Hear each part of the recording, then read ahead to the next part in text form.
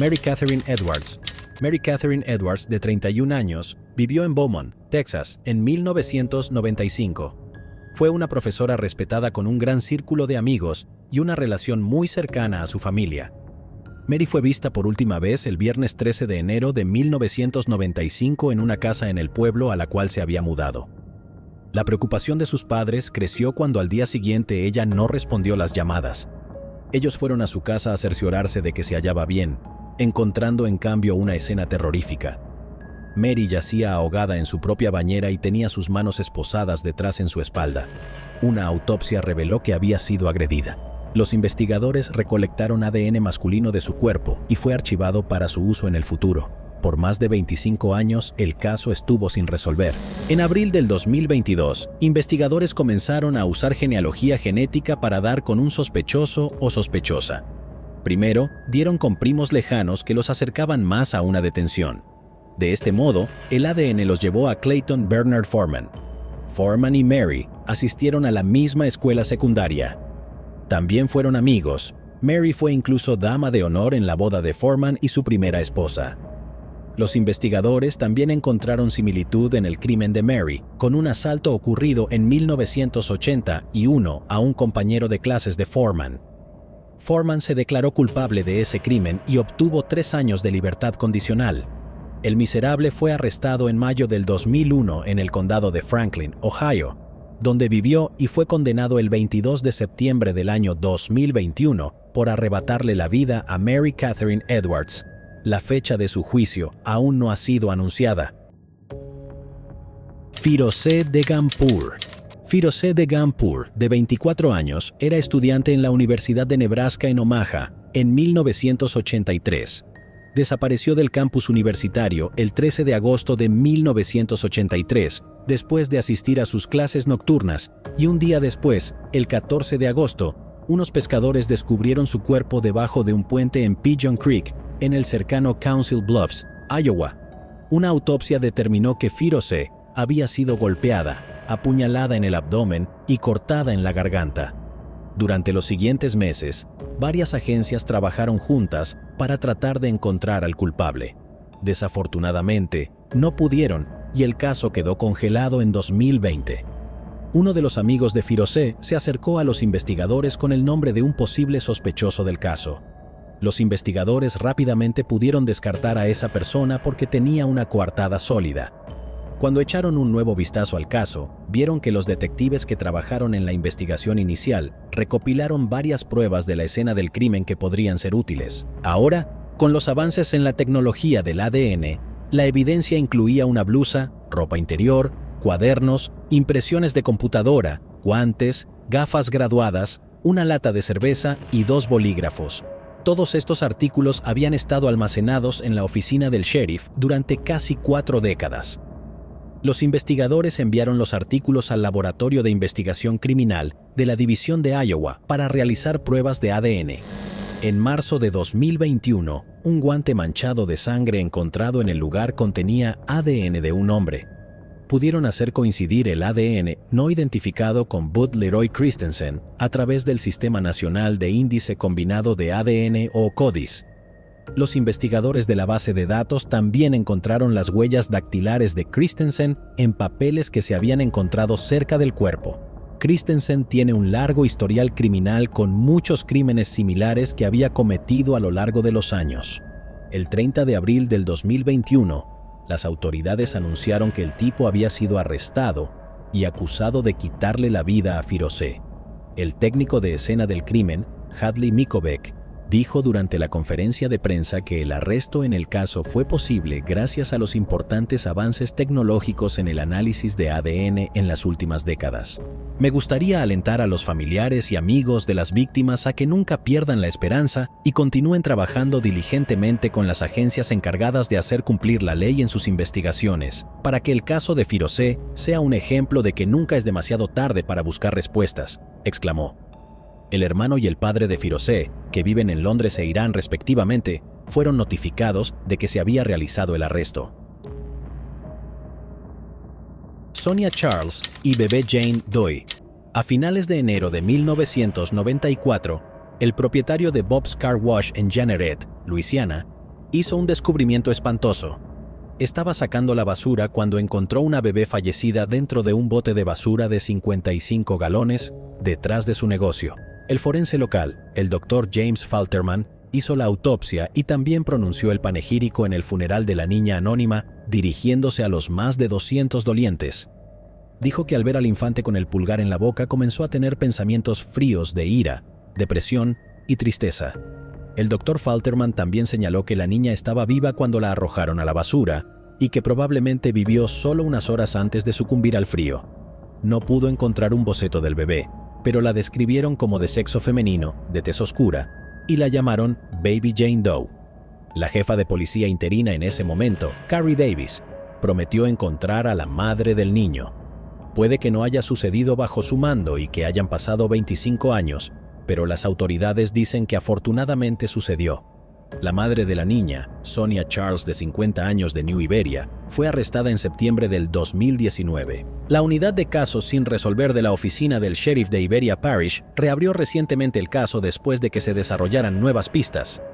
El portavoz del departamento, el mayor Wendell Rayburn, explicó que un grupo local de casos sin resolver ayudó a atraer una atención renovada al caso y que se trajeron nuevas pistas a la atención de los investigadores. Las pruebas de ADN recopiladas tanto de Baby Jane Doe como de la escena del crimen fueron reexaminadas recientemente por un laboratorio local que a su vez desarrolló un perfil de ADN. Ese perfil de ADN, según el departamento del sheriff, coincidía con una muestra obtenida de Sonia Charles. El investigador privado Stephen Maynard fundó el grupo de defensa de casos sin resolver, que mostró un nuevo foco sobre este incidente. Va a tomar mucho tiempo para que los familiares sepan quién es ella ahora, dijo. Tal vez el bebé finalmente pueda tener un nombre. En mayo de 2021, un gran jurado parroquial acusó formalmente a Sonia Charles, de 52 años, de quitarle la vida a su hija recién nacida. Tras la acusación, fue ingresada a la cárcel de Iberia París con una fianza de $250,000. Charles enfrenta cadena perpetua sin libertad condicional si es declarada culpable. Susan Tice y Erin Gilmore. Susan Tice, de 45 años, vivía en Toronto, Canadá, en 1983. Era madre de 4 hijos y operaba como trabajadora social. Su cuerpo fue encontrado en el dormitorio de arriba de su casa recientemente comprada en Grace Street. El 17 de agosto de 1983, se mudó a Toronto desde Calgary en julio y se separó de su esposo, que vivía en una casa en el centro. Cuando un familiar encontró su cuerpo, los hombres se habían amontonado fuera de su casa. Había sufrido múltiples puñaladas en el pecho y la autopsia no pudo determinar cuándo terminó exactamente su vida. La policía admitió que tenía pocas pistas sobre el caso. Un detective dijo: "En este momento, no tenemos ningún sospechoso". 4 meses después, el 20 de diciembre de 1983, el cuerpo de Erin Gilmore, de 22 años, fue encontrado en su apartamento de Toronto. Una amiga que fue a buscarla para un cóctel encontró el cuerpo de Erin como el de Susan Tice. Erin había sido apuñalada, agredida y encontrada en su dormitorio. La policía registró puerta por puerta sin éxito. Erin era una aspirante a diseñadora de ropa de una familia adinerada. Su padre, David Gilmore, había sido socio comercial del magnate Peter Monk, cofundador de la empresa minera Barrick Gold. Fue el hijo de Monk quien encontró el cuerpo de Erin. Durante años y décadas, los investigadores supieron poco sobre lo que les sucedió a Susan y Erin, excepto que sufrieron un destino similar. En 2008, los avances en la tecnología del ADN trajeron una ruptura al confirmar a través de evidencia en el lugar de los hechos que un hombre era responsable de lo que les sucedió tanto a Susan como a Erin, pero se necesitarían casi 15 años más y avances científicos aún mayores para identificar quién era. Recientemente, mediante una combinación de genealogía forense de secuenciación genética avanzada y trabajo policial tradicional, que ahora abre regularmente casos de décadas de antigüedad, los investigadores arrestaron a Joseph George Sutherland, de 60 años y de Mussini, Ontario, Canadá, en relación con los casos de Susan y Erin. Mussini es una comunidad remota muy alejada de los asesinatos que, según la policía, se cometieron hace casi 40 años. El sargento detective Stephen Smith, investigador principal de la policía de Toronto, especuló que Sutherland había estado esperando que llamaran a su puerta. Smith dijo a los periodistas: "Ahora debe comenzar una segunda fase de la investigación, una revisión minuciosa del paradero de Sutherland en los 39 años transcurridos. Obviamente vamos a examinar todas las conexiones posibles con cualquier caso viable en todo Ontario, para asegurarnos de que no sea responsable de ningún otro delito". Smith dijo que los casos demuestran los últimos avances a través de la genealogía genética, un proceso de vanguardia que ha dado nueva vida a casos antiguos casi declarados irresolubles. El detective Smith añadió: "Los avances científicos eran la única forma de resolver los casos. Joseph Sutherland tenía 22 años cuando quitó la vida a Susan y Erin. Nunca fue sospechoso en el caso ni tampoco había sido entrevistado. En ese momento vivía en Toronto, pero luego se mudó a Mussini. Para entonces, un perfil de Facebook de Sutherland revelaba a una persona que llevaba una vida aparentemente normal, disfrutaba del aire libre y solicitaba recomendaciones de servicios como un electricista mientras se quejaba de los problemas cotidianos. El detective retirado de Toronto, Mark Mendelson, declaró: "Los investigadores también pueden recurrir a técnicas clásicas para identificar otros delitos". Entonces, creían que Sutherland podía ser el responsable. Por incluir alineaciones fotográficas de casos anteriores y testigos presenciales, así como análisis de huellas dactilares, ahora que las huellas dactilares de Sutherland estarán en un sistema centralizado conocido como AFIS. También es muy posible que Sutherland nunca cometiera otros actos violentos, pero dijo que no hay suficientes datos estadísticos sobre criminales en serie para tenerlos. En una discusión informada al respecto, el ex policía agregó: "Una cosa es segura, es un claro ejemplo de lo maravillosa que es la ciencia. Estaba previsto que Sutherland compareciera pronto ante el tribunal en 2023. Uno de los hermanos de Erin Gilmore, Sean McCowan, dijo lo siguiente sobre el arresto: "La mejor llamada que he recibido. Es un día que hemos estado esperando casi toda nuestra vida. Durante casi 4 décadas, el culpable había sido un fantasma", expresó McCowan, y agregó que su madre, que falleció hace 2 años, nunca se recuperó de la pérdida de su única hija. Se habría sentido tan aliviada de que hubiera habido un arresto y tan feliz de que alguien se enfrentara a la justicia después de permanecer en el anonimato durante 39 años, sentenció McCowan. Kim McVeigh. El 23 de mayo de 1992, el cuerpo de una mujer fue encontrado tirado detrás de un cobertizo en construcción en North Memorial Drive, en las afueras de Tulsa, Oklahoma. Rápidamente, fue identificada como Kim Marlene McVeigh, de 31 años.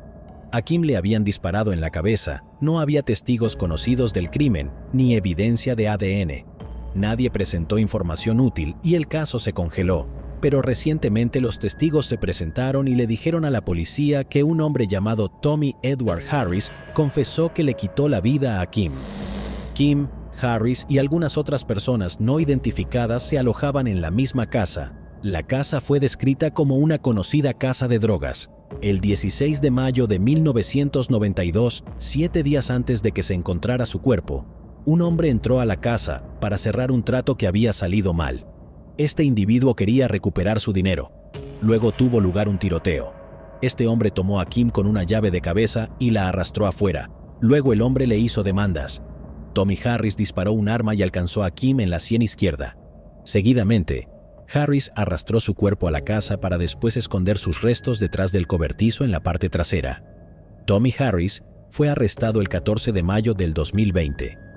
El sheriff del condado de Tulsa, Vic Regalado, dijo: "Este es un momento agridulce y amargo por el hecho de que Kim McVeigh todavía tiene familiares. Les han notificado, pero están fuera del estado y no pudieron estar aquí hoy. Nuestros corazones ciertamente están con ellos tan dulcemente por el hecho de que ahora hemos podido brindarle un cierre a su familia.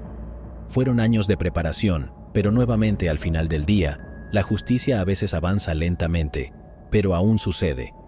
El hombre que entró a la casa que buscaba dinero ya falleció".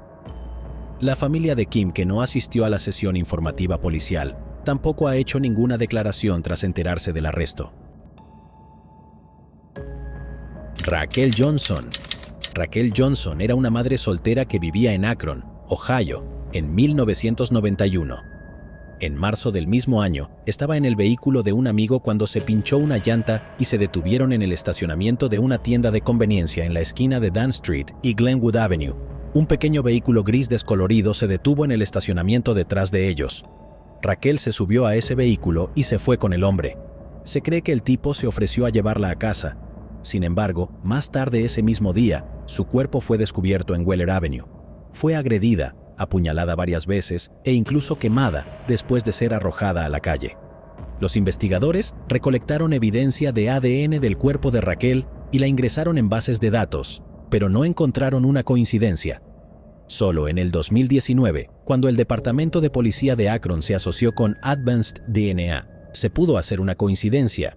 Advanced DNA es una empresa de pruebas genéticas en Texas que ha ayudado a disipar muchos casos sin resolver. Recientemente, en marzo de 2020, Daniel Lee Reese, de 57 años, fue arrestado en relación con el caso. Su ADN coincidía con el ADN del sospechoso que se encontró en la escena del crimen en 1991. Reese, que tenía 28 años en el momento del crimen, fue ingresado en la cárcel del condado de Summit y aparentemente la familia de Raquel lo conoce. Reese había sido visto en la misma zona en la que fue vista con vida por última vez, pero nunca fue investigado durante la averiguación inicial. Reese también vivía justo enfrente de Raquel. Después de que él le quitara la vida, a menudo pasaba tiempo con su hija que se fue a vivir con la madre de Raquel. La hija nunca esperó que este hombre que conoció desde la infancia fuera el hombre que le quitó la vida a su madre.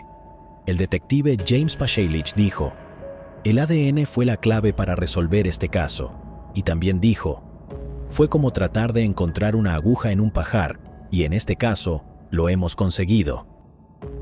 Julie Ann González.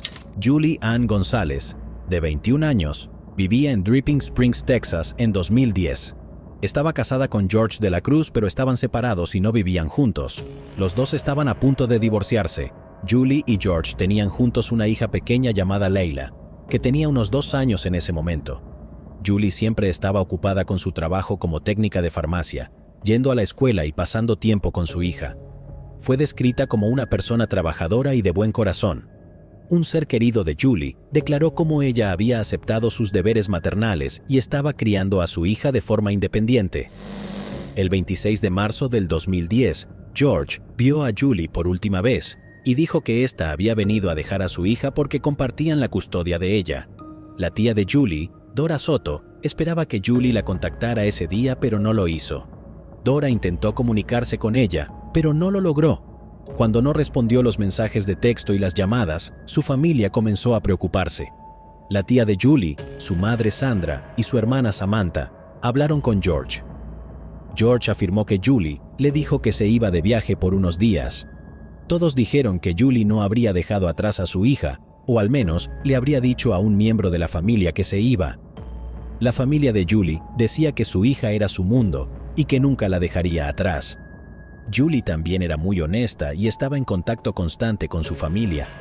A las 11 de la noche, la tía y la mamá de Julie denunciaron su desaparición a la policía de Austin, Texas. La policía no tenía ninguna evidencia de que Julie no se hubiera ido por su cuenta, pero dijeron que era adulta y que se le permitía irse. La mamá y la tía de Julie mencionaron que su auto nuevo también había desaparecido. Al día siguiente, el 27 de marzo de 2010, la familia de Julie y su nuevo novio Aaron recibieron mensajes de texto de ella. La hermana de Julie creía que era ella, porque se refería a ella por su apodo.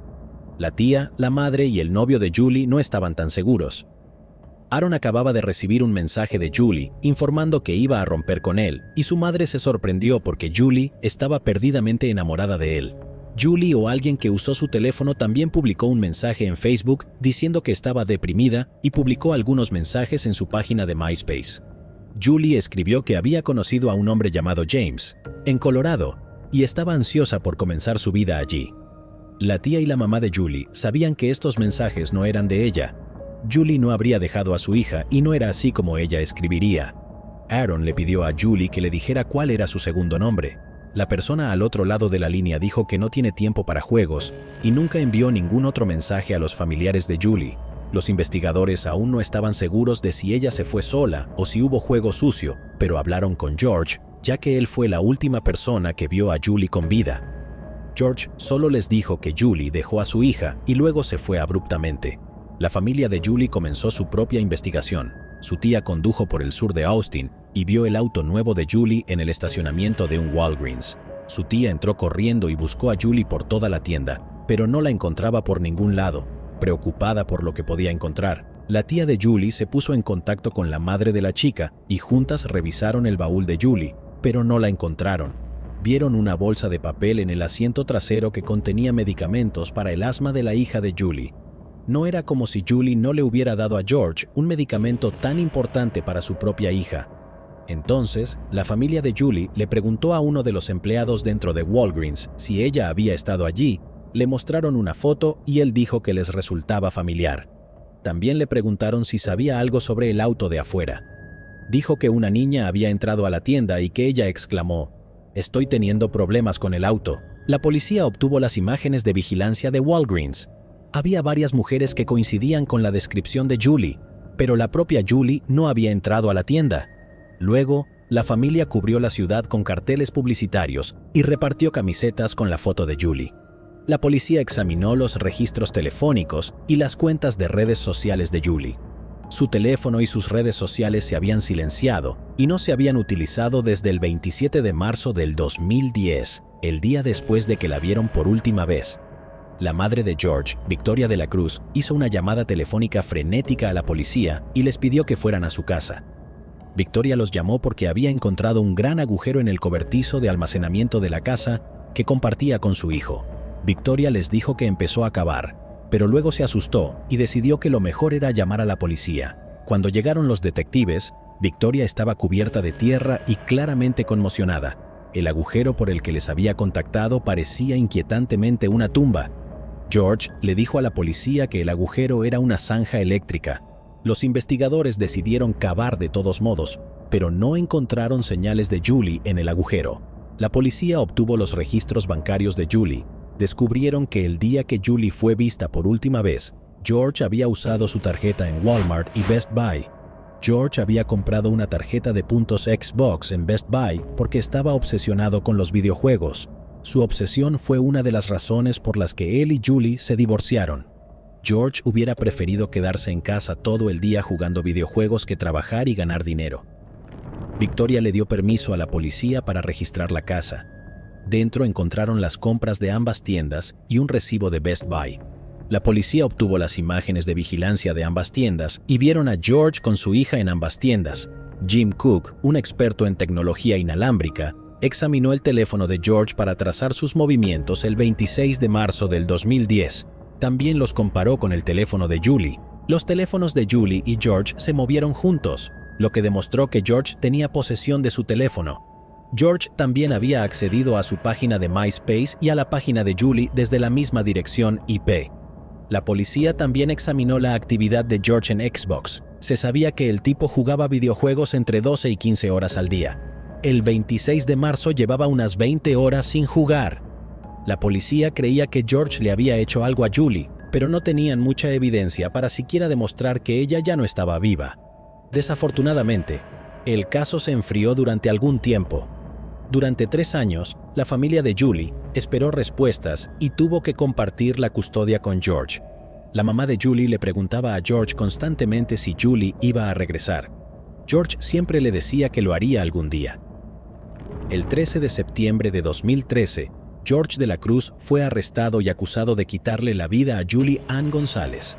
La fiscalía le ofreció a George una sentencia reducida de 50 años si cooperaba y les decía dónde estaba el cuerpo de ella. George siempre negó estar involucrado. Rechazó la oferta y decidió declararse inocente. El juicio de este comenzó en abril del 2015. George nunca mostró remordimiento, pero parecía nervioso. La fiscalía no tenía un cuerpo, pero necesitaba convencer al jurado de que Julie nunca regresaría. Dijeron que también se encontraron un cuchillo, municiones y algo de ropa que parecía haber sido quemada en el patio trasero de los de la Cruz y en el cobertizo. El abogado defensor, Robert McCabe y Keith Lauerman, sostuvieron que los fiscales habían dejado demasiados cabos sueltos y demasiadas preguntas sin respuesta. Atacaron el análisis de los expertos estatales, plantearon dudas sobre sus testigos y dijeron que el cronograma que habían ofrecido los fiscales era imposible. George de la Cruz, quien fue descrito como un inmaduro e irresponsable jugador de videojuegos, no habría tenido el tiempo ni los medios para limpiar su casa, deshacerse de los restos de su ex esposa y cavar un hoyo en su patio trasero para enterrarla toda antes de ser capturado en imágenes de cámaras de seguridad comprando con su hija. McCabe dijo: "Las condenas tienen que ver con el conocimiento". El abogado argumentó: "Uno condena por hechos, no por fantasía, y cuando no lo hace, condena por lógica, no por emociones". Dijo a los jurados que las personas inocentes terminan en prisión. El 22 de abril del 2015, George de la Cruz fue declarado culpable y bajó su cabeza. Mientras que la familia de Julie celebró en octubre de 2016, George, de 27 años, fue sentenciado a cadena perpetua. Actualmente permanece encarcelado en la unidad Jim Ferguson, una zona no incorporada del condado de Madison, Texas, y será elegible para la libertad condicional en el año 2043. La familia de Julie dijo que están rezando para que George algún día les diga dónde está Julie. De hecho, esperan que le cuente a su hija lo que realmente le pasó a su madre. En febrero del 2023 se incendió la casa de la madre de Julie, Sandra Soto. Ella y su familia pudieron salir sanos y salvos después de que su perro los despertara. Sin embargo, la casa quedó destruida y lo perdieron todo. Se llevó a cabo un evento benéfico en Jack's Roadhouse en San Marcos para ayudar a la familia. El beneficio incluyó barbacoa casera y música en vivo, donde la familia se sintió alentada por el apoyo que han recibido de desconocidos mientras enfrentan este último revés. La hermana de Julie, Samantha Petri, dijo: "Hemos pasado por muchas cosas y al principio, cuando recibí la noticia, pensé que esto era solo una cosa más que nos arrojaron hoy. Realmente, muestra no solo el amor y el apoyo de nuestra familia y nuestros amigos, sino también de la gente. Que conozcan la historia de mi hermana Julie Ann González y que no se olviden de nuestra familia y no se olviden de su historia". Andrea Bowman. Denise y Brenda Bowman eran una pareja casada con 2 hijos de Holland, Michigan, en 1989. Vivieron en la esquina de Lincoln Road y la calle 52. Denise trabajó como maquinista de madera y Brenda solía trabajar en el mostrador de joyería en el centro comercial Mayfair. Sus 2 hijos fueron Andrea y Vanessa Bowman. Andrea nació el 23 de junio de 1974 como Alexis Badger. Sus padres biológicos son Kathy Turkanian y Randy Badger, y antes de su primer cumpleaños, ella fue adoptada por Denise y Brenda Bowman y renombrada. Vanessa nació en enero de 1988. Andrea pasó de ser hija única a ser más que una hermana mayor. Fue una tercera madre de la gordita pelirroja. Andrea se quedó en casa cambiando pañales y limpiando biberones. El 11 de marzo de 1989, Denise Bowman contactó a la policía y les dijo que había llegado a casa de su trabajo para encontrar a Andrea de 14 años desaparecida. Denise dijo que algunas de las pertenencias de Andrea, junto con un centenar de dólares de su tocador, también habían desaparecido. Le dijo a la policía que Andrea era una adolescente con problemas que con frecuencia luchaba con su madre y había huido a la casa de un amigo una vez antes sin rodeos. La policía etiquetó a Andrea como una fugitiva y pasó su caso a la Oficina de Servicios para la Juventud. Pocas personas que conocían a los Bowman cuestionaron la narrativa oficial. A lo largo de los años había habido rumores sobre la familia, como cuando una vez Andrea estaba en la escuela secundaria, ella abordó el autobús escolar sangrando de su muñeca. Algunos niños chismorreaban que ella intentó quitarse la vida, pero otros dijeron que Andrea se había cortado tratando de volver a su casa después de que sus padres la confinaran afuera.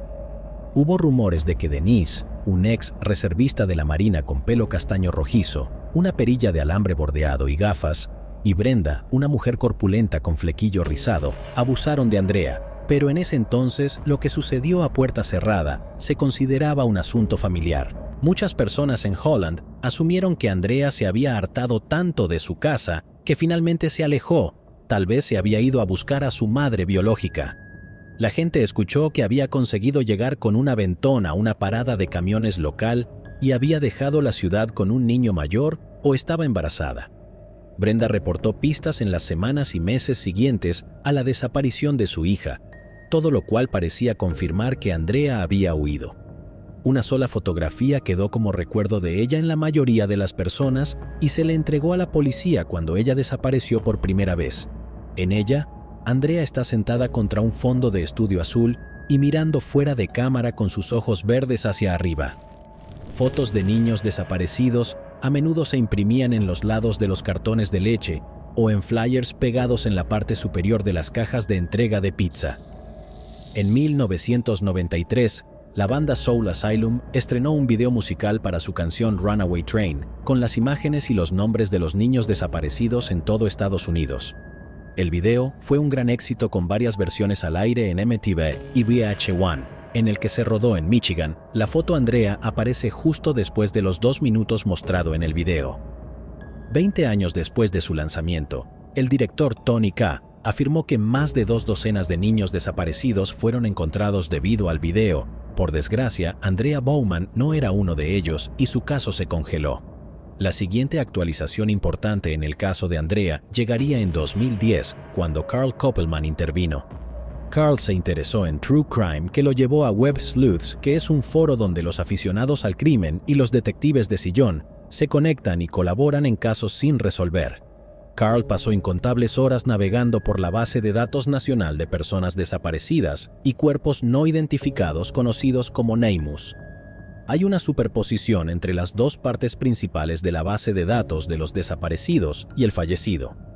Carl trató de coincidir con las características de las personas que habían desaparecido con los de restos no identificados encontrados. Cuando Carl se dio cuenta de que la edad y la condición de algunos de los cuerpos podrían hacer que sea difícil para los seres queridos reconocerlos, esto inició una idea que comenzó con la presentación En vida de desconocidos, basado en fotos tomadas post-mortem. Algunos de los casos resueltos que hemos cubierto en este canal antes han sido resueltos debido a estas representaciones. Una vez que terminó la representación, Carl nos la envió para nombrarnos y algunas veces publicarlos. También publicó su trabajo en la Web Sleuths para que otros detectives de sillón pudieran utilizarlo en sus esfuerzos de identificación. Eventualmente Carl comenzó a trabajar con los departamentos de policía y el proyecto de ADN que identifica los restos humanos a través de pruebas genéticas e investigación genealógica. Carl se interesó en el caso de la desconocida del condado de Racine, cuya aparición se dio cerca del borde de un maizal de Wisconsin en 1999. Ella no había estado viva durante unas 12 horas, pero la lluvia se llevó cualquier evidencia que pudiera haber sido útil para los investigadores. Parecía probable que la vida de la joven fuera arrebatada en otro lugar y arrojada allí. Una autopsia determinó que podría haber sufrido una discapacidad cognitiva y que había sufrido abuso y negligencia a largo plazo. Tenía huesos rotos y una oreja de coliflor y su cuerpo mostraba signos de que fue asaltada. Más de 50 personas de la comunidad agrícola donde fue encontrada asistieron a su funeral. Fue encontrada usando una camisa de estilo occidental gris y plateado bordado con flores rojas. Carl conectó algunos criterios generales de búsqueda de sexo, ubicación y edad e hizo clic en los resultados de las personas desaparecidas. En la mayoría de los casos, la respuesta fue un claro no. La edad no coincidía o la ubicación no tenía sentido. Pero una entrada le dio esperanza a Carl: Andrea Bowman. Andrea y Jane Doe, del condado de Racine, compartieron características físicas y sus edades coincidían. Andrea habría tenido 25 en 1999, cuando la vida de la desconocida fue arrebatada. Holland, donde Andrea desapareció, se encuentra justo al otro lado del lago Michigan, desde donde se encontró el cuerpo de la desconocida. Son solo 4 horas en coche de un lugar a otro. Carl llevó su teoría a las fuerzas de la ley, que la encontraron lo suficientemente convincente para investigar realmente para determinar si la desconocida y Andrea coincidían. La policía tendría que comparar el ADN del cuerpo de alguien de la familia de Andrea, ya que Andrea fue adoptada. Las autoridades tuvieron que localizar a su madre biológica, lo que tardó un tiempo. La madre biológica de Andrea es Kathy Turkanian. En 1972, a la edad de 14 años, huyó de su familia. Kathy se fue de Virginia, donde vivían, e hicieron autostop en Memphis, Tennessee, y no tenía dinero. Kathy conoció a Randy Badger, de 19 años, en diciembre de 1972. Kathy y Randy viajaron a Carolina del Sur, donde era legal que un menor se casara si tenía permiso paterno. Los padres de Kathy lo dieron con mucho gusto, porque no querían ser responsables de ella en absoluto. La pareja estaba casada menos de un año cuando Kathy se enteró de que estaba embarazada. El 23 de junio de 1974, Kathy dio a luz a una hija sana. La llamó Alexis. Cuando Alexis tenía 5 meses, Kathy y Randy se separaron y volvió a vivir con sus padres en Virginia. Kathy se dio cuenta de que no iba a recibir ayuda de su familia y no podía darle a Alexis la vida que quería. Alexis fue puesta en adopción y pronto fue adoptada por Denise y Brenda Bowman. En abril del 2010, la policía que trabajaba en el caso de Andrea envió una carta a la casa de Kathy Turkanian. La carta explicaba que Andrea desapareció de su hogar adoptivo y que podría ser la desconocida encontrada en Wisconsin. La policía necesitaba una muestra del ADN de Kathy para saberlo. Kathy estaba dispuesta a compartir su ADN, pero quería saber más sobre lo que le había pasado a su hija. En la carta no daba detalles, y Kathy ni siquiera sabía que su nombre había sido cambiado a Andrea Bowman. Buscó en internet información sobre chicas desaparecidas en Michigan. No tardó mucho en encontrar una de la ciudad de Holland cuyo cumpleaños y descripción física coincidían con Alexis. Cuando vio la foto de la escuela de niñas, Kathy pensó que Andrea Bowman podría ser su hija. En su búsqueda para saber más sobre Andrea se contactó con Carl Koppelman. Mientras esperaba los resultados de la prueba de ADN, Kathy también se puso en contacto con un detective retirado de Michigan llamado Pat O'Reilly.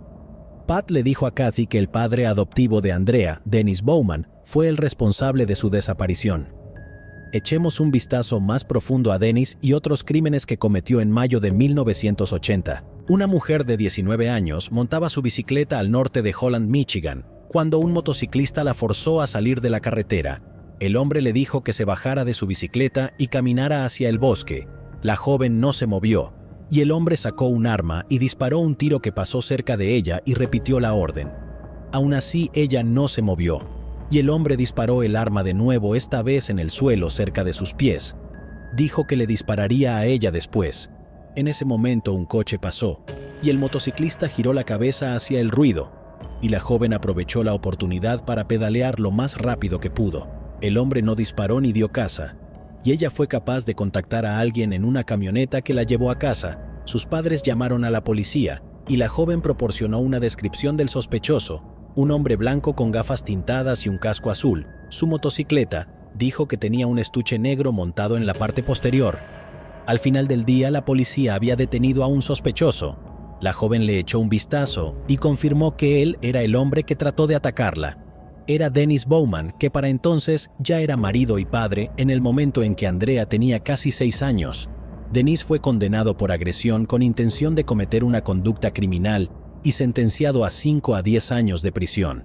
Fue remitido para recibir asesoramiento psicológico, y un juez determinó que probablemente representaría un peligro para las mujeres si estaba libre. Dennis cumplió la sentencia mínima. Un día de 1998, un policía estatal en Dorr, Michigan, respondió a una alarma en la casa móvil de Vicky Vandenbrink, de 28 años de edad. Había informado de tantos allanamientos que el departamento del sheriff había instalado un sistema de seguridad. Cuando el soldado llegó a la escena, encontró a Denise Bowman alejándose por la puerta trasera. Los Bowman se habían mudado a Hamilton, un pueblo ubicado en medio de Holland. En 1989, poco después de la desaparición de Andrea, Denise le dijo al oficial que se estaba quedando temporalmente con Vicky Vandenbrink, que era una ex compañera de trabajo de él. Lo dejaron ir, pero cuando las autoridades se pusieron en contacto con Vicky, que no estaba en casa cuando sonó la alarma, dijo que Denise estaba mintiendo. Denise luego cambió su historia diciendo a las fuerzas de la ley que había entrado en el remolque para usar el baño.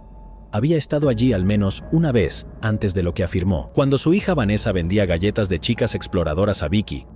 Previniendo, la policía obtuvo el permiso de Dennis para registrar su propiedad en el desván de un edificio anexo. Encontraron una bolsa de lona negra que contenía lencería, que más tarde fue identificada como de Vicky Vandenbrink, así como una escopeta de cañón corto, una sudadera negra y una máscara. Kathy Turkanian se enteró de los detalles de los antecedentes penales de Dennis Bowman después de presentar una solicitud de ley de libertad de información, basada en lo que el detective Pat O'Reilly le había dicho. Después de ver lo que le hizo a otras mujeres, Kathy se convenció de que Dennis Bowman le quitó la vida a Andrea.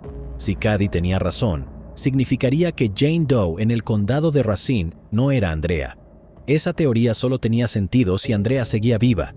10 años después de su desaparición en el 2013, los tan esperados resultados de ADN confirmaron que Kathy no estaba relacionada con la desconocida. En septiembre de 2013, Kathy y Carl se conocieron en persona en la conferencia de desaparecidos en Michigan, organizada por la policía estatal. La conferencia fue diseñada para crear conciencia y, con suerte, generar pistas para casos sin resolver. Kathy y Carl aparecieron con camisas personalizadas donde se leía encontrar a Andrea Bowman. Carl hojeó la habitación y se sorprendió cuando sus ojos se posaron en caras familiares. Él le dio un codazo a Kathy y ella miró. «Ellas son Vanessa y Brenda», dijo. Brenda reconoció a Kathy porque vio que Kathy publicó en Facebook que cree que Dennis es responsable. Brenda parecía ansiosa por explicar su versión de la historia. Insistió en que ella y Denise habían cooperado plenamente con la policía después de la desaparición de Andrea. Ella presentó una carpeta llena de notas y volantes de personas desaparecidas como prueba. Contó los avistamientos de Andrea y estaba claro que todavía creía que el adolescente había huido. De acuerdo con Carl, cuando mencionó los antecedentes penales de Denise, Brenda respondió: «No he olvidado lo que hizo, pero lo perdono. Me tomo muy en serio mis votos matrimoniales». Después de la conferencia, Kathy contrató a un investigador privado llamado Jeffrey Flor, que se las arregló para conseguir el archivo policial de Andrea que Kathy y Carl nunca habían visto. Extrañamente, los primeros documentos en el archivo databan de marzo de 1989, cuando Andrea desapareció. Estaban fechados 4 meses antes, cuando la policía respondió a las denuncias de abuso en la residencia de los Bowman. El informe no entra en detalles sobre lo sucedido, señalando únicamente que las autoridades locales habían determinado que las acusaciones no eran ciertas. Carl y Kathy estaban seguros de que la policía se había perdido algo. En el 2017, Kathy y Carl se reunieron con Chris Haverdink, el detective que se había hecho cargo del caso de Andrea. Haverdink estuvo de acuerdo en que sospechaba de Bowman, pero eso no fue suficiente para arrestarlo.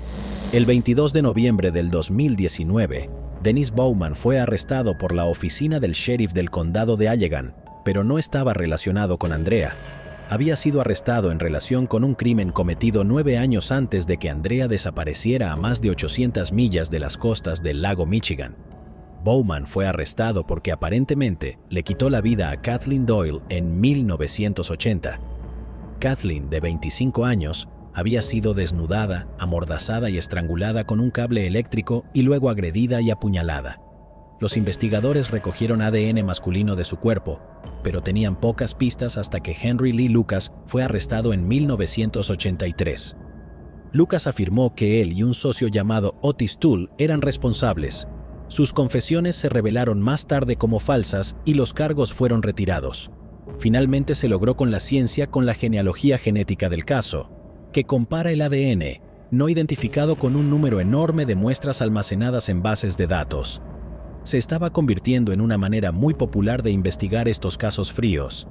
Los investigadores de Norfolk se asociaron con Parabon Nanolabs, un líder en el campo para probar el ADN recogido en la escena del crimen de Kathleen. Pronto, basado en la investigación genealógica, tenían una lista de más de 30 sospechosos. En el 2019, después de más pruebas y trabajo policial, los investigadores dieron con Dennis Bowman.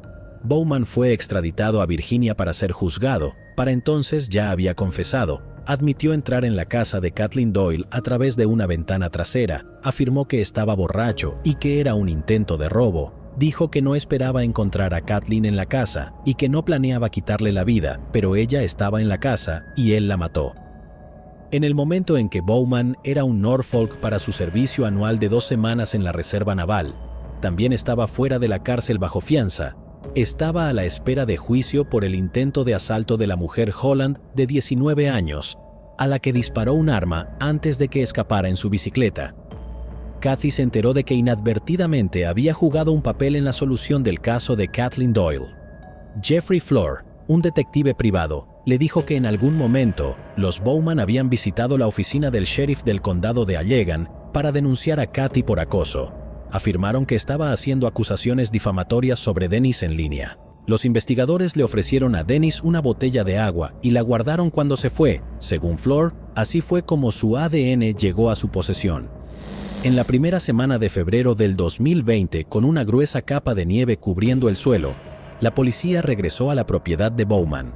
Había un equipo forense en el lugar, esta vez con una tienda de la escena del crimen y perros en el patio trasero. Los funcionarios parecían concentrarse en un área en particular y habían comenzado a cavar.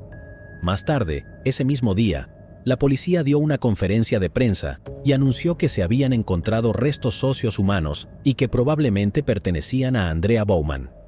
La policía necesitaba confirmar que de hecho era Andrea. Katy proporcionó su ADN inmediatamente.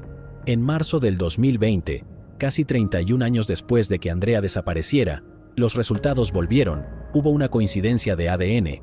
Denise afirmó que lo que le pasó a Andrea fue un accidente. Dijo que estaban discutiendo y la abofeteó, haciéndola caer y rompiéndole el cuello. Denunció su desaparición para encubrirlo. Esa fue la historia que le contó a Brenda en la correspondencia desde la cárcel. En junio del 2020, Denise recibió 2 cadenas perpetuas, más 20 años por quitarle la vida a Kathleen Doyle. Se le ordenó legalmente cumplir su condena en Michigan, donde sería juzgado por lo que le hizo a Andrea. La primera audiencia se celebró en febrero del 2021. Brenda subió al estrado primero. Contó con lágrimas cómo había hecho carteles de personas desaparecidas porque realmente creía que Andrea había huido, y dijo que supo la verdad solo después de que Dennis fue arrestado en el caso de Kathleen Doyle. Cuando se le preguntó si Andrea había acusado alguna vez a Denise de abusar de ella, Brenda dijo que sí, pero que no creía que las acusaciones fueran verdaderas. «Eso es mentira», le dijo con respecto a Andrea, y lo sabes. Fue Brenda quien le dijo a la policía dónde encontrar los restos de Andrea en una llamada desde la cárcel. Denise había confesado haber enterrado a su hija en el patio trasero. Brenda dijo que no le creía al principio, ya que no habían vivido en su casa en Hamilton cuando la vida de Andrea fue tomada, así que ¿cómo podría haberla enterrado allí? Para horror de Brenda, Denise explicó que había trasladado el cuerpo de su hija a la nueva propiedad tan pronto como firmaron los papeles.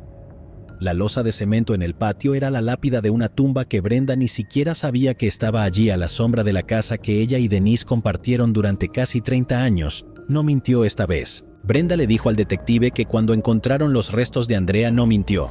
Cuando otros testigos subieron al estrado, Denise se sentó tranquilamente con una corbata de moño verde y una máscara facial. El 22 de diciembre del 2021, Bowman pidió no compadecer. Fue sentenciado de 35 a 50 años de prisión adicional por quitarle la vida a Andrea Bowman. Bowman confesó un asalto de 1979. El crimen apareció en la portada del Holland Sentinel publicado el 18 de octubre de 1979. El artículo detalla un ataque muy violento contra una mujer de 27 años que a primera hora de la mañana del domingo fue atada, amordazada y asaltada por un intruso en su casa. El perpetrador tomó dinero en efectivo antes de huir de la escena y fue descrito como un hombre blanco entre 25 y 30 años de edad, con cabello arenoso y gafas con aros de alambre. Se estimaba que medía 1,80 m, pesaba 150 libras y según la joven, el agresor llevaba una chaqueta de cuero y pantalones oscuros. El periódico publicó un boceto policial del sospechoso, sus pupilas deshechas de tinta mirando en blanco desde la portada. Según el detective principal en el caso, había habido un aumento reciente en los informes de merodeadores en el barrio donde había ocurrido el crimen. La policía sospechaba que el atacante podría haber cometido otros crímenes. Esto potencialmente significa que hay muchos más casos que podrían estar vinculados a Bowman para aquellos que se preguntan. La desconocida del condado de Racine fue identificada más tarde como Peggy Johnson. Peggy nunca fue reportada desaparecida. Fue vista por última vez en un baile de bienvenida en Harvard, Illinois, en 1994. La mayoría de las personas que la conocían asumieron que acababa de huir. Una tía se preocupó lo suficiente como para sacar un anuncio clasificado en el periódico, pero nadie parecía sospechar que algo terrible podría haberle pasado a la chica pelirroja. Peggy desapareció poco después de la muerte de su madre, su única pariente cercana, y en su familia de bajos ingresos. La joven de 19 años se encontró huérfana y sin hogar, con una discapacidad de desarrollo que le dificulta conseguir un trabajo. Por casualidad, conoció a una enfermera llamada Linda LaRoche, que le ofreció trabajo como ama de llaves y niñera de sus hijos. La adolescente aprovechó la oportunidad, pero en los próximos 5 años, LaRoche abusó de Peggy Johnson golpeándola, matándola de hambre y obligándola a vivir en un espacio confinado. La violencia culminó en 1999, cuando LaRoche supuestamente terminó con la vida de Peggy de 23 años y arrojó su cuerpo en Raymond, Washington. Nadie pudo identificarla, por lo que se hizo conocida por el lugar donde fue encontrada, la desconocida del condado de Racine. 20 años después de la muerte de Peggy, la policía de Wisconsin recibió una pista de un ciudadano preocupado sobre una enfermera que confesó haber matado a alguien que trabajaba para ella a finales de los 90. A principios de noviembre del 2019, las autoridades del condado de Racine anunciaron la identidad de Peggy y el arresto de LaRoche. En mayo de 2022, un juez del condado de Racine sentenció a Linda LaRoche a cadena perpetua sin posibilidad de libertad condicional. También se le dio una sentencia adicional de 5 años por ocultar el cuerpo de Peggy. Jenny Schroeder, tía de Peggy, tenía esto que decir a LaRoche: «Espero que tengas un tiempo miserable y lento, muy lento en tu jaula». Carla Walker. En 1974, Carla Walker era una joven de 17 años en Western Hills High School en Fort Worth, Texas. De solo 1,50 de altura, Carla tenía el pelo rubio miel que le caía por debajo de sus hombros. Ella estaba saliendo con Rodney McCoy, que fue descrito como un chico de buen carácter y fuerte, ya que era el mariscal de campo del equipo de fútbol. Rodney y Carla hablaron de inscribirse juntos en la Universidad Tecnológica de Texas. Les dijo a sus amigos más cercanos que no tenía ninguna duda de que ella y Rodney se casarían algún día y formarían una familia. La noche del 16 de febrero de 1974, Rodney llegó a la casa de los Walker en Benbrook, en Far West Fort Worth, para llevar a Carla al baile de San Valentín de la escuela. Cuando el evento terminó alrededor del 11:30, Rodney invitó a otra pareja a un viaje por Camp Bowie Boulevard y el Círculo de Comercio de Libros de Ben, con él y Carla. Se detuvieron en un par de sitios de adolescentes, hamburguesas de Mr. Quick y Taco Bell. Después de dejar a los otros, Rodney y Carla condujeron a una bolera cercana, Brunswick Ridgely Bowl, donde Carla usó el baño. No mucho después de que Carla subió al auto, la puerta del pasajero se abrió. Rodney vio a un hombre alto con pelo castaño corto. Comenzó a golpear a Rodney en la cabeza con la culata de una pistola. En algún momento el cargador de armas se desprendió y cayó al estacionamiento. El hombre agarró a Carla. Rodney, apenas consciente, lo oyó decir: «¿Te vienes conmigo, no, cariño?» «Rodney, busca a mi papá». Carla dijo: «Ve y busca a mi papá». Rodney se volvió a su asiento de conductor en algún momento alrededor de la 1 de la madrugada y aceleró a la casa Los Walker, que estaba a menos de 1 milla de distancia. Condujo sobre la acera hacia el césped delantero y frenó. Los padres de Carla, Leighton y Doris, todavía estaban despiertos jugando al dominó en el comedor con Jim, el hermano pequeño de Carla, que tenía 12 años, y su hermana mayor Cindy, que tenía 18 años. Estaban en la sala viendo la televisión cuando escucharon a alguien golpeando la puerta principal. Estaban asombrados al ver a Rodney con sangre goteando por su cara. Estaba frenético. «Señor Walker, la tienen», gritó. «La van a lastimar mucho». Leighton, un teniente coronel retirado de la Fuerza Aérea, tomó su pistola y corrió a la bolera. Doris llamó al operador en el teléfono de la familia y pidió estar en contacto con la policía. Buscando en el estacionamiento, encontraron el bolso de Carla junto con el clip del cargador que había sido expulsado del arma del agresor. Otros policías condujeron las calles circundantes en coches patrulla buscando cualquier señal de Carla. Después de que saliera el sol, Moore se unió a la casa mirando a través de prismáticos, mientras unos cuantos rodearon la ciudad en helicópteros. Cuando las clases se reanudaron el lunes por la mañana, los detectives visitaron Western Hills High, estudiaron los contactos y las fotos tomadas en el baile en busca de cualquier persona que parecía fuera de lugar. Detuvieron a los niños en los pasillos preguntando si conocían a alguien que quisiera lastimar a Carla. El 20 de febrero de 1974, 4 días después de la desaparición de Carla, 2 de los oficiales asignados a buscarla estaban conduciendo a lo largo de una carretera remota de 2 carriles cerca de Benbrook Lake, a unas 5 millas al suroeste de la bolera. Vieron una alcantarilla y un túnel de hormigón construido para dejar que el agua fluya por debajo de la carretera, y se detuvieron en el muelle interior. Vieron a una joven acostada sobre su espalda. Su cara y cuello estaban cubiertos de rasguños y contusiones profundas. Era Carla. Parecía que la habían estrangulado porque no había marcas de ligadura alrededor de su cuello. Los investigadores creían que el culpable la había estrangulado usando sus manos. La noticia de lo que le sucedió a Carla cubrió casi toda la primera página del Telegrama de la Estrella. Su funeral, que se celebró en la Iglesia de Cristo de Western Hills, fue atendido por más de 1,250 dolientes, mucho más de lo que el pequeño santuario podía albergar.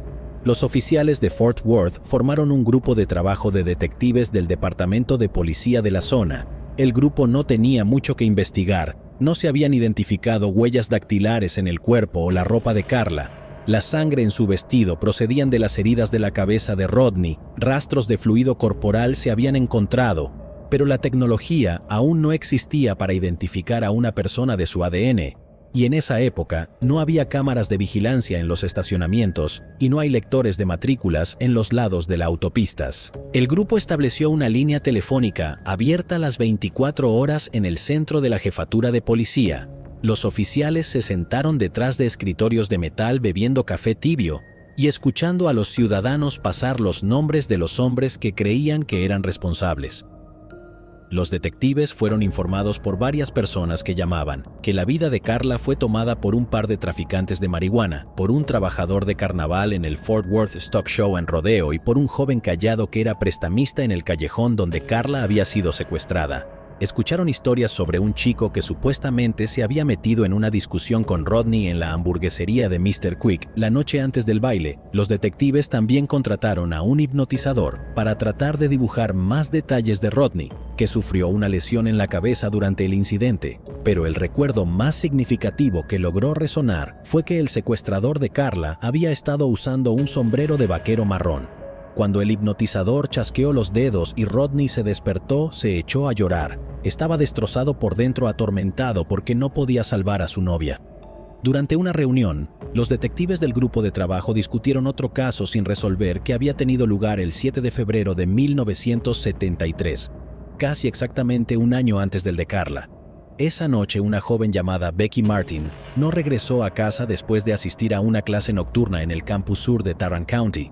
Su cuerpo fue encontrado casi 7 semanas después. Estaba tan descompuesto que no había manera de determinar la causa. El forense dijo que Becky podría haber sido apuñalada o estrangulada, o incluso herida en el estómago.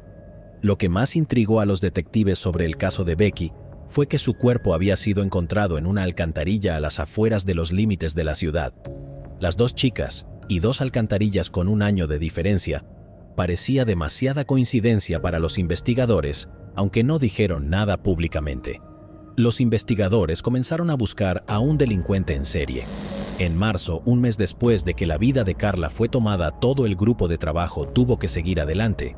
Era una pequeña pista. Los detectives se enteraron de que el clip de carga encontrado en el estacionamiento de la bolera pertenecía a un nuevo modelo 22 de pistola marca Ruger. Pidieron a la Oficina de Alcohol, Tabaco y Armas de Fuego del gobierno federal que les proporcionara los nombres de cualquiera que viviera en Fort Worth, que hubiera comprado ese modelo. La ATF llegó con una lista de un par de docenas de personas, y el grupo de trabajo se dispuso a entrevistar a cada uno de ellos. Un hombre en la lista era un camionero de 31 años llamado Glenn McCurley. McCurley fue criado en el oeste de Texas, el mayor de 3 niños. Cuando era un adolescente, sus padres lo enviaron al hogar de niños de Westview en el suroeste de Oklahoma, que es patrocinado por las Iglesias de Cristo. Se promueve como un lugar para aquellos que están privados debido a la enfermedad en su familia, los niños que experimentan problemas significativos en la vida con su familia, los niños que necesitan supervisión y los niños delincuentes, los que han violado la ley pero no necesitan tratamiento o detención, y así como niños maltratados o descuidados. No está claro por qué McCurley fue enviado al hogar de niños o precisamente cuánto tiempo estuvo allí, pero su estancia claramente no fue transformadora.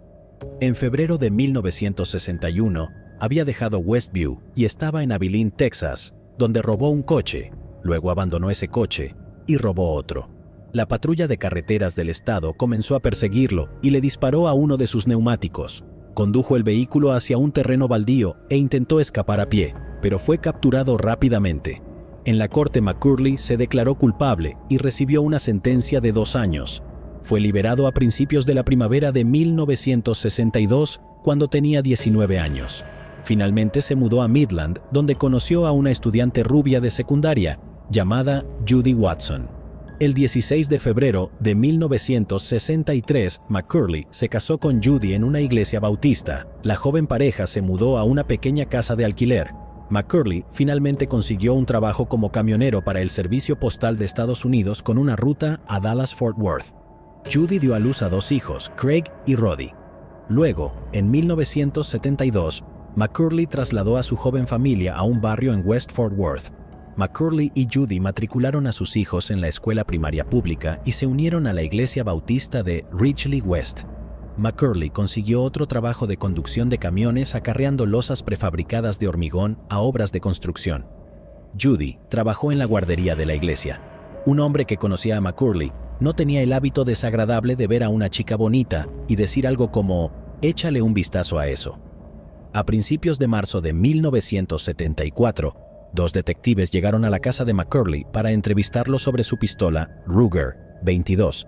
Cuando los oficiales le preguntaron sobre la pistola, McCurley dijo que había sido robada 6 semanas antes de su camioneta, mientras estaba pescando. Luego accedió a venir al centro y tomar una prueba de polígrafo que aprobó.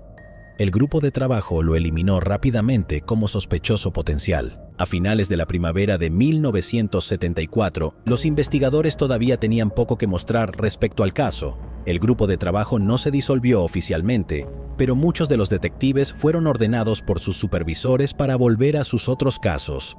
Los extraños ocasionalmente llamaban a la casa de Walker, muchos de ellos anónimamente alegando que tenían información sobre quién terminó con la vida de Carla. Layton habló con todos ellos, tomó notas y las guardó en una caja de metal del tamaño de una caja de puros, anotó nombres y direcciones de posibles sospechosos y dibujó círculos en los mapas donde le habían dicho que el culpable vivía. No iba a descansar hasta saber que el responsable estaba tras las rejas. Cuando el hermano menor de Carla, Jim, cumplió 16 años y obtuvo su licencia de conducir, comenzó a pasar su tiempo libre ayudando a su padre a cazar al criminal. A veces en el aniversario merodeaba por el estacionamiento del Brunswick Ridgely Bowl, buscando a alguien sospechoso. Jim tomó clases de boxeo en el Panther Boys Club, se unió a los equipos de lucha libre y fútbol de la escuela secundaria y corría por su vecindario. Quería estar listo en caso de que alguna vez me encontré con el culpable. Mi plan era dominarlo y llevarlo a algún lugar lejano, quizás en algún lugar en el oeste de Texas, donde nadie pueda oírlo gritar. El 19 de febrero de 1977, casi exactamente 3 años después de que el cuerpo de Carla fuera encontrado, alguien se encontró con el cuerpo de June Ward, de 25 años, una enfermera vocacional, tendida al lado de una acera en South Fort Worth. June estaba desnuda excepto por una correa de sostén alrededor de su cuello. Había sido estrangulada y golpeada en la cabeza con lo que el reportero describió como un objeto pesado afilado, y los detectives que habían trabajado en el grupo de caso de Carla Walker no pudieron evitar notar las similitudes entre los 2 crímenes. Luego, el 9 de julio de 1980, el cuerpo de una mujer de 19 años llamada Denise Hogg, descrito en el periódico como una merodeadora desempleada, fue encontrado a pocos metros de un puente en Creek en el sur de Fort Worth. Ella también había sido estrangulada. 2 años y medio después, en febrero de 1983, el cuerpo de Christy Tower, una camarera en el club nocturno de la familia Billy Bob en Texas en Stockyards, fue descubierto en un campo al norte de la ciudad. Sus manos estaban atadas con alambre eléctrico y otro cable estaba retorcido alrededor de su cuello como los otros crímenes. El caso de Christy seguía siendo un misterio, aunque unos días después de que su cuerpo fuera encontrado, los detectives recibieron una curiosa noticia. Se enteraron de que el bolso de Christy había sido encontrado en un contenedor detrás de Cheers, un bar en el Campeón Bowie Boulevard. Cheers estaba a solo media milla del estacionamiento de bolos Brunswick Ridgely, el lugar donde Carla había sido secuestrada en febrero de 1974. Los residentes estaban cada vez más preocupados por la perspectiva de un delincuente en serie. Tales preocupaciones crecieron cuando Catherine Davis, una aspirante a modelo de 23 años, desapareció el 9 de septiembre de 1984. Su cuerpo fue encontrado en un campo en Far South Fort Worth. Un mes después, el 19 de octubre, Marilyn Hartman, una maestra de 25 años, fue encontrada amordazada y estrangulada en su dormitorio de Fort Worth, solo 3 días después de que Cindy Heller, un 23 años de edad, graduada de la Universidad Cristiana de Texas y ex concursante de belleza, desapareció después de ser vista por última vez cerca de Hulen Mall. Más tarde fue encontrada estrangulada en el lecho de un arroyo en el campus de la Universidad Cristiana de Texas. Las tragedias siguieron acumulándose. El 26 de noviembre de 1984, Katherine Jackson, otra maestra de secundaria local, fue encontrada desnuda en su bañera con el agua todavía corriendo. Había sido estrangulada con una cuerda. 2 semanas después de eso, Angela Ewer, una modelo de 21 años a tiempo parcial y programadora para una estación de rock FM, dejó la casa de su prometido en el suroeste de Fort Worth. Al día siguiente, su coche fue encontrado abandonado por una carretera en la parte sur de la ciudad, y sus restos descompuestos fueron descubiertos en un campo al norte de Fort Worth. La noche del 22 de diciembre, pocos días antes de Navidad, Regina Grover, de 21 años, fue vista con su novio saliendo de The Keg, un restaurante en Camp Bowie. Ella fue encontrada al día siguiente estrangulada y ahogada en un arroyo bajo un puente en el norte de Fort Worth. Su novio, que fue encontrado en su cama en su apartamento, había sido golpeado fatalmente. Las mujeres de Fort Worth, especialmente las que vivían en la parte suroeste de la ciudad, estaban en pánico. Los medios locales informaron sobre las ventas de armas en masa. Cuando el Departamento de Policía ofreció un seminario gratuito sobre autodefensa, asistieron más de 3,000 mujeres. El Departamento de Policía formó otro grupo de trabajo. «Vamos a acabar con esto», prometió el jefe de policía H.F. Hopkins. Los detectives interrogaron a todos los sospechosos, desde ex convictos con largas hojas de antecedentes a un fotógrafo independiente. La investigación fue infructuosa, y la única noticia bienvenida fue una tregua en los crímenes. El culpable, si era un culpable, parecía haberse retirado. Eso fue hasta el 24 de febrero de 1986. Un transeúnte se encontró con el cuerpo desnudo de una mujer parcialmente envuelto en una manta tendido en una colina cerca de un parque en el centro de Fort Worth, que había sido estrangulada, pero la policía no pudo identificarla a través de las huellas dactilares habituales o registros dentales, ni recibieron ningún informe sobre una mujer desaparecida que podría haber proporcionado una pista. Pasó otro año, y luego otro, y esta vez, realmente parecía como si el hombre desconocido que había cometido todos estos crímenes se hubiera retirado para siempre. Jim, el hermano pequeño de Karla Walker, no se había dado por vencido. Después de graduarse de Western Hills High, Jim había asistido a la Universidad Estatal Sam Houston, donde leyó libros sobre delincuentes en serie y tomó cursos de psicología anormal para que pudiera entender mejor lo que describió como la mente criminal.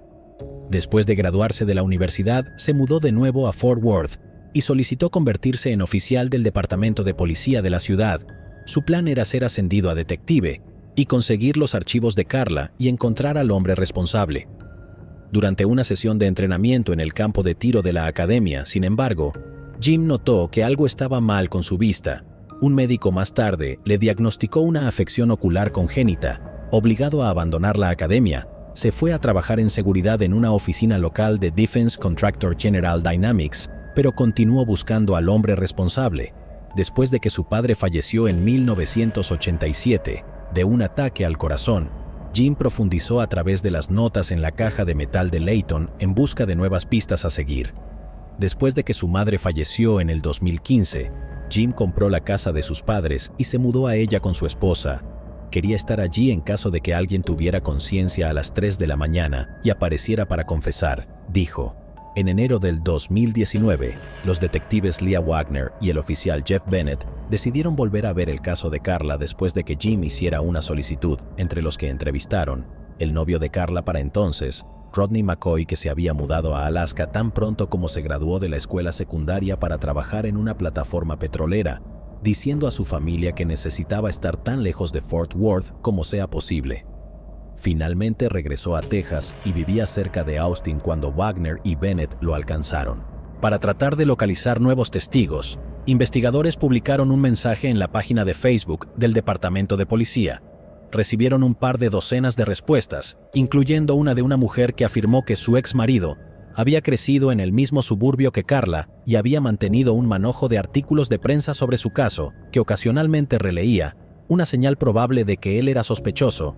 Sin duda, la decepción de la ex esposa fue evidente, ya que su ex marido pudo probar que había salido de la ciudad el fin de semana que le quitaron la vida a Karla.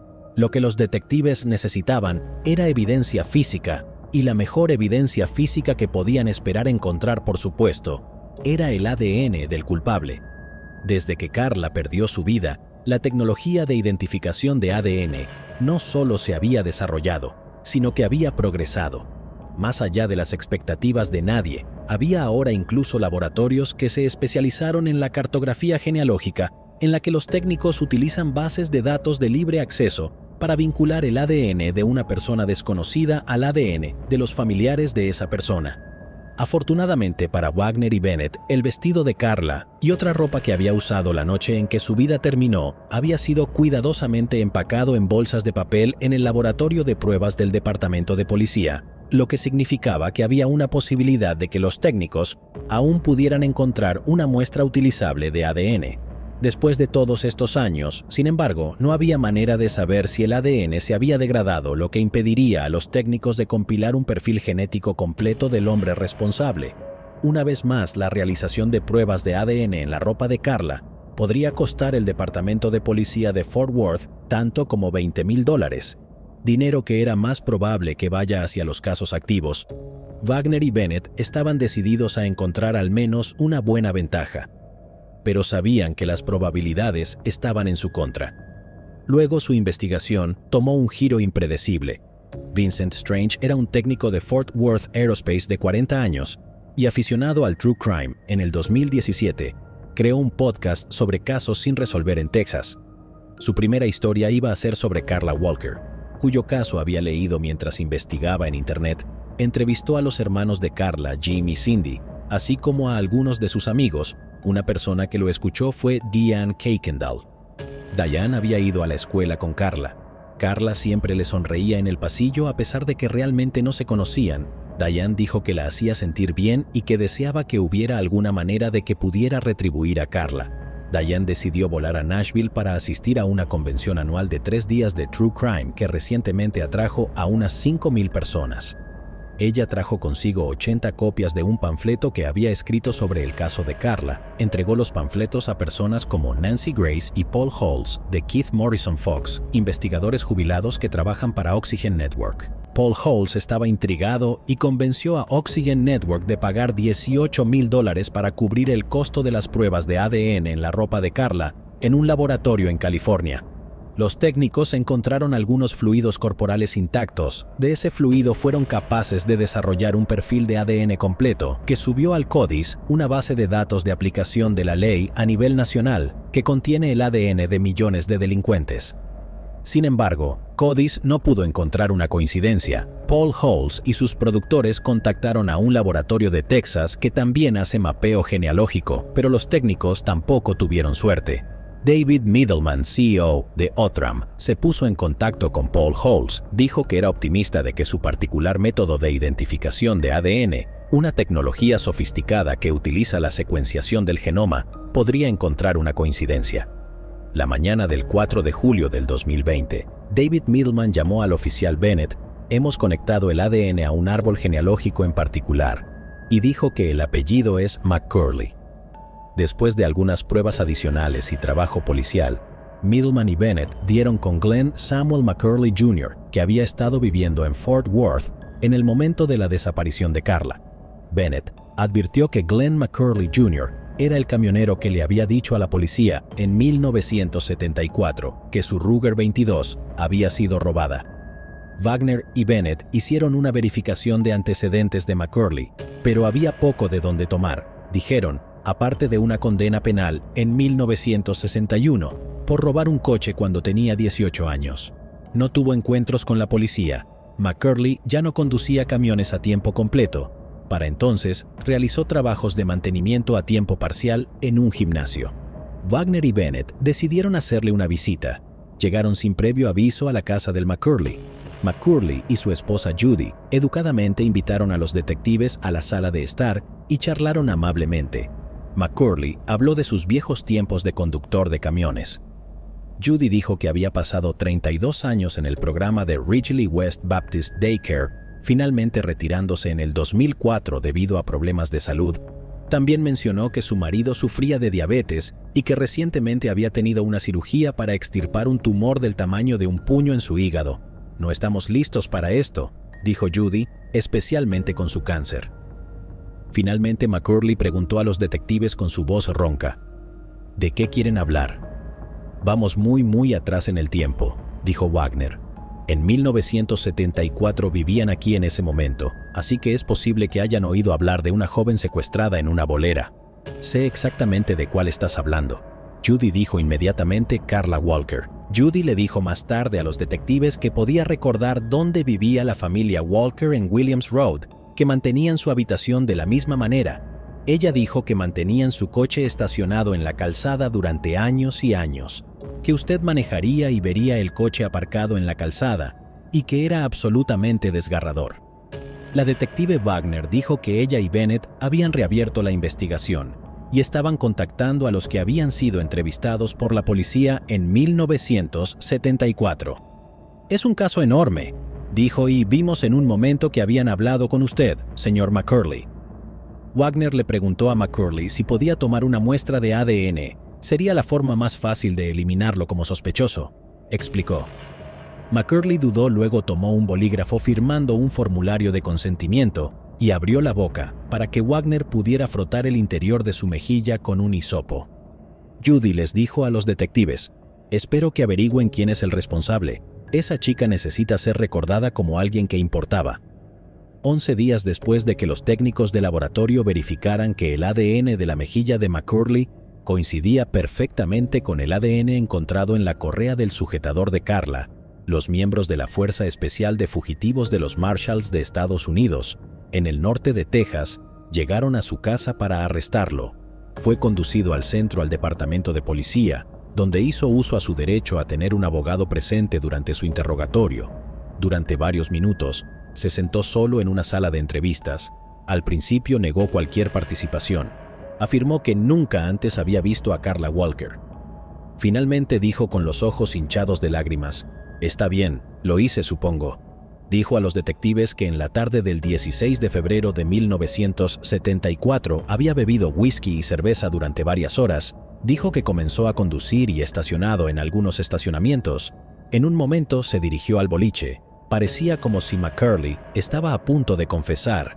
En su lugar, le dijo a los detectives que había oído a una chica gritando en un coche cercano.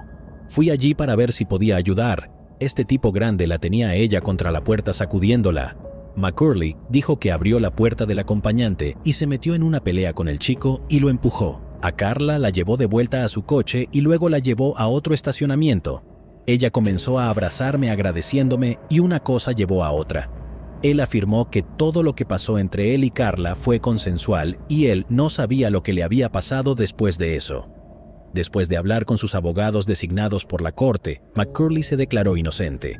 Sus abogados argumentaron en sus presentaciones judiciales que la prueba de ADN del laboratorio de Outram era defectuosa y que Wagner y Bennett habían coaccionado a McCurley a una confesión falsa. Los abogados también retrataron a McCurley como débil. Este hombre no representa una amenaza para nadie, por lo que podemos decir que ha llevado una vida sin incidentes. 9 meses después, el 16 de junio del 2021, la primera audiencia previa al juicio abierta al público se llevó a cabo. Con uniforme verde de cárcel, McCurley fue empujado a la sala en una silla de ruedas. Cuando el juicio se puso en marcha unos meses después, el novio de Carla, Rodney, testificó sobre la noche en que desapareció. El detective retirado Jim Minter subió al estrado para hablar sobre la investigación original del caso de Carla, y Wagner y Bennett testificaron sobre su propio trabajo policial. Los fiscales Dia Vignan y Emily Dixon desplegaron el vestido azul que Carla llevaba la noche que fue secuestrada y lo presentaron al jurado. También reprodujeron 3 horas de la entrevista grabada en video que Wagner y Bennett habían llevado a cabo con McCurley después de su arresto, y luego los fiscales revelaron una sorpresiva prueba, la Ruger 22 de McCurley, que según él había sido robada. La policía la descubrió durante un registro de su casa escondida en un compartimento sobre una puerta. Por supuesto, el caso estaba abierto y cerrado al tercer día del juicio. McCurley cambió su declaración de culpabilidad y el juez rápidamente lo condenó a cadena perpetua. Después del juicio, todavía había muchas preguntas. ¿Por qué Glenn McCurley, un hombre sin antecedentes penales violentos, habría cometido un crimen tan sádico? ¿Fue un acto impulsivo de ebriedad o McCurley fue un depravado delincuente en serie que también fue responsable de marcar las vidas de otras jóvenes mujeres de Fort Worth? Y si era un delincuente en serie, ¿por qué se detuvo repentinamente a mediados de los 80? ¿Tuvo un genuino cambio en su corazón? Los investigadores creen que McCurley es responsable de muchos otros crímenes y las investigaciones están actualmente en curso.